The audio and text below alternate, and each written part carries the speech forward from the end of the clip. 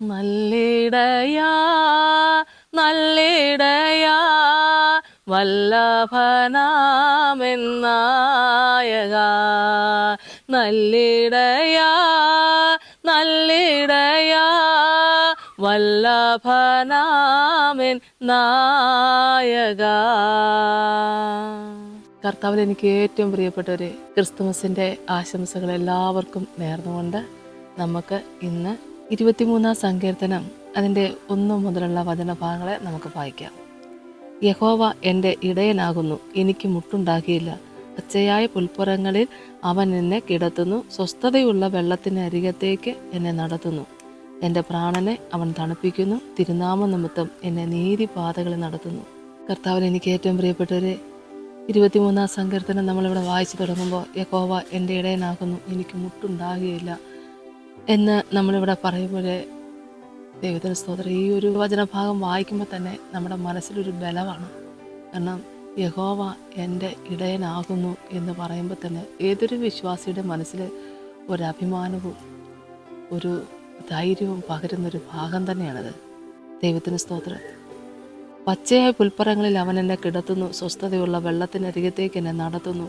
എൻ്റെ പ്രാണനെ അവൻ തണുപ്പിക്കുന്നു, തിരുനാമ നിമിത്തം എന്നെ നീതിപാതകളിൽ നടത്തുന്ന ദൈവത്തിൻ്റെ കൃപയെക്കുറിച്ച് ദാവീദ് രാജാവ് ഇവിടെ വർണ്ണിക്കുന്നത് എത്ര മനോഹരമായിട്ടാണ്. പലപ്പോഴും നമ്മളും നമ്മുടെയൊക്കെ ജീവിതാനുഭവത്തിൽ ഈ ദൈവത്തിൻ്റെ മഹത്വത്തെ നമ്മൾ ഒത്തിരി വർണ്ണിച്ച് പറയാറുണ്ട്. എപ്പോഴൊക്കെയാണ് ഒരു മഹാകഷ്ടതയുടെ നാളുകൾ കടന്നു വരുമ്പോൾ അതിനകത്തുനിന്നൊരു വിടുതൽ പ്രാപിക്കുകയില്ല എന്ന് നമ്മളെ നോക്കി പലരും പറയുമ്പോഴും, രക്ഷപ്പെടാൻ മുന്നിലൊരു വഴിയില്ലാതിരിക്കുമ്പോഴും അകത്തുള്ളിലൊരു വിശ്വാസമുണ്ടെങ്കിൽ, ഉറപ്പുണ്ടെങ്കിൽ, ധൈര്യമുണ്ടെങ്കിൽ, യഹോവ എൻ്റെ ഇടയനാകുന്നു എന്നുള്ള ആ ഒരു വചന ഹൃദയത്തിൻ്റെ പലകയിൽ കുറിച്ച് വെച്ചിട്ടുണ്ടെങ്കിൽ തീർച്ചയായിട്ടും ദൈവമക്കളെ, നമ്മൾ നേരിടുന്ന എല്ലാ പ്രശ്നങ്ങളെയും കർത്താവ് ഏറ്റെടുത്തുകൊണ്ട് നമുക്ക് ജയം നൽകുന്ന ദൈവത്തിന് നന്ദിയോടെ സ്തോത്രം ചെയ്യാൻ ദൈവം സഹായിക്കും. അങ്ങനെ ഒരു മനോഹരമായ സാക്ഷ്യം പറയാനുള്ള അവസരങ്ങളൊക്കെ കിട്ടുമ്പോഴേ നമ്മളിവിടെ കേൾക്കുന്നു, പച്ചയായ പുൽപ്പറങ്ങളിൽ അവൻ എന്നെ കിടത്തുന്നു, സ്വസ്ഥതയുള്ള വെള്ളത്തിൻ്റെ അരികത്തേക്ക് എന്നെ നടത്തുന്നു.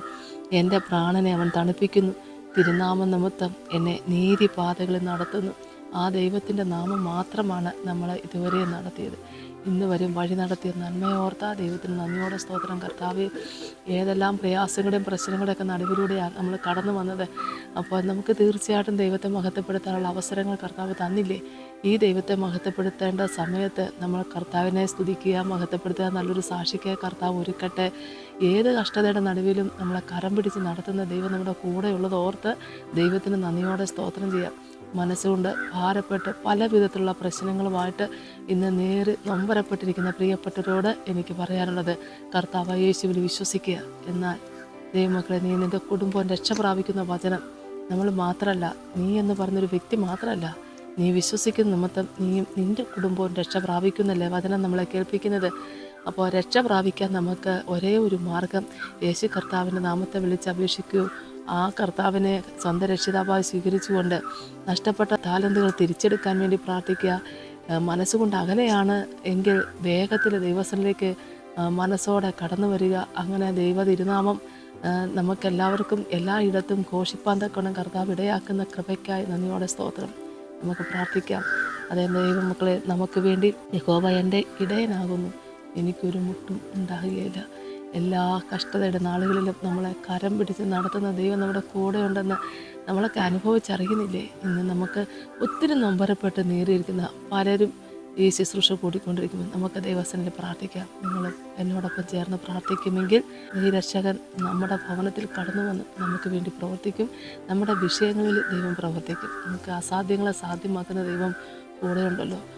ദൈവത്തിന് സ്തോത്രം. നമുക്ക് പ്രാർത്ഥിക്കാം. സ്തോത്രം കർത്താവേ, കരുണാസമ്പന്നാൻ്റെ സ്വർഗീയ നല്ല ദൈവമേ, കർത്താവെ അവിടുത്തെ തിരുസന്നിധിയിലേക്ക് അടികളെ സമർപ്പിച്ചുകൊണ്ട് പ്രാർത്ഥിക്കുന്നു. കർത്താവെ, ഓരോ വിഷയങ്ങൾ കർത്താവെ ജീവിതത്തിൽ കടന്നു വരുമ്പോൾ, കർത്താവെ പ്രതീക്ഷിക്കാത്ത അനർത്ഥങ്ങൾ കടന്നു വരുമ്പോൾ, പ്രശ്നങ്ങൾ കടന്നു വരുമ്പോൾ, ഏതൊരു വിശ്വാസിയും കർത്താവെ ഈ തിരുവചനം ഹൃദയത്തിൽ ഏറ്റെടുക്കുമ്പോൾ, യഹോവ എൻ്റെ ഇടയനാകുന്നു, എനിക്ക് മുട്ടുണ്ടാകില്ല, ആ വചനം കർത്താവെ ഹൃദയത്തിൽ ഏറ്റെടുക്കുമ്പോൾ തന്നെ കർത്താവെ സമാധാനത്തിൻ്റെ ദൈവം കൂടെ ഇരുന്ന് അത്ഭുതം പ്രവർത്തിക്കുന്നത് ഓർത്ത് നന്ദിയോടെ സ്തോത്രം ചെയ്യുന്നു, സ്തുതിക്കുന്നു. കർത്താവെ, എൻ്റെ ദൈവമേ, കടഭാരത്താൽ കഷ്ടത അനുഭവിക്കുന്ന എല്ലാ പ്രിയപ്പെട്ടവർക്ക് വേണ്ടി പ്രാർത്ഥിക്കുന്നു. കർത്താവെ, ഇന്ന് നിൻ്റെ മക്കൾ അനുഭവിക്കുന്ന ഈ വലിയ വിഷയത്തിന്മേൽ ദൈവം പ്രവർത്തിക്കണമേ. കർത്താവെ, ജപ്തി നോട്ടീസും കയ്യിൽ കിട്ടി മനസ്സ് ഭാരപ്പെട്ട് സഹായിക്കാൻ ആരുമില്ലാത്ത അവസ്ഥയിൽ കടഭാരത്താൽ ഞെരുങ്ങുന്ന നിൻ്റെ മക്കളെ ദൈവ കരങ്ങളിലേക്ക് ഏൽപ്പിച്ചുകൊണ്ട് പ്രാർത്ഥിക്കുന്ന കർത്താവെ, എൻ്റെ കർത്താവിൻ്റെ സഹായം നിൻ്റെ മക്കൾ പ്രാപിച്ചുകൊണ്ട് യഹോവ എൻ്റെ ഇടയനാകുന്നു, എനിക്ക് മുട്ടുണ്ടാവില്ല എന്ന് കർത്താവെ നിൻ്റെ മക്കൾക്ക് സാക്ഷ്യം പറയുവാൻ നന്മയ്ക്ക് അവരടയാളം നിൻ്റെ മക്കൾക്ക് വേണ്ടി ദൈവം പ്രവർത്തിക്കണമേ. യേശുവേ സ്തോത്രം. കർത്താവെ, സമാധാനത്തിൻ്റെ ദൈവമേ, വേഗത്തിൽ ദൈവം ഇടപെടണമേ എന്ന് പ്രാർത്ഥിക്കുന്നു. കിട്ടാതെ കിടക്കുന്ന സാമ്പത്തികം എൻ്റെ കർത്താവെ കിട്ടേണ്ടതിന് നിൻ്റെ മക്കളെ പ്രാർത്ഥിക്കുമ്പോൾ ആ വിഷയത്തിന്മേൽ ദൈവം ഒന്ന് പ്രവർത്തിക്കണമേ എന്ന് പ്രാർത്ഥിക്കുന്നു. കർത്താവെ, ദൈവമായ കർത്താവെ, നിൻ്റെ മക്കൾക്ക് വീട്ടുവാൻ പറ്റാത്ത വലിയ ഭാരപ്പെട്ട കടബാധ്യതയാൽ തളർന്നിരിക്കുന്ന നിൻ്റെ മക്കൾക്ക് വേണ്ടി സ്വർഗമെന്ന് തുറക്കണമേ. നിൻ്റെ മക്കൾക്കൊരു നീക്കുപോക്ക് എൻ്റെ കർത്താവെ, ഇതിലാത്ത ദൈവം പ്രവർത്തിക്കുന്ന നന്മയൊന്ന് കാണുവാൻ ദൈവം പ്രവർത്തിക്കണമേ എന്ന് പ്രാർത്ഥിക്കുന്നതോടൊപ്പം മനസ്സ് തളർന്നിരിക്കുന്ന പല വിഷയങ്ങളെ ചൊല്ലിക്കൊണ്ട് ഭാരപ്പെട്ടിരിക്കുന്ന എല്ലാവർക്കും വേണ്ടി പ്രാർത്ഥിക്കുന്നു. ഈ കണ്ണുനീരിൻ്റെ മുമ്പിൽ എൻ്റെ കർത്താവെ അത്ഭുതം ചെയ്യണമേ എന്ന് പ്രാർത്ഥിക്കുന്നു. കർത്താവെ, ദൈവത്തോട് ചേർന്ന് നിൻ്റെ മക്കൾക്ക് സാക്ഷ്യപ്പെടുത്തുവാൻ എൻ്റെ കർത്താവ് സഹായിക്കണേ. പിതാവിൻ്റെയും പുത്രൻ്റെയും പരിശുദ്ധാത്മാവിൻ്റെ നാമത്തിൽ അപേക്ഷിക്കുന്ന കൃപയോടെ കേൾക്കണമേ. ആമേൻ. യേശുവേ സ്തോത്രം.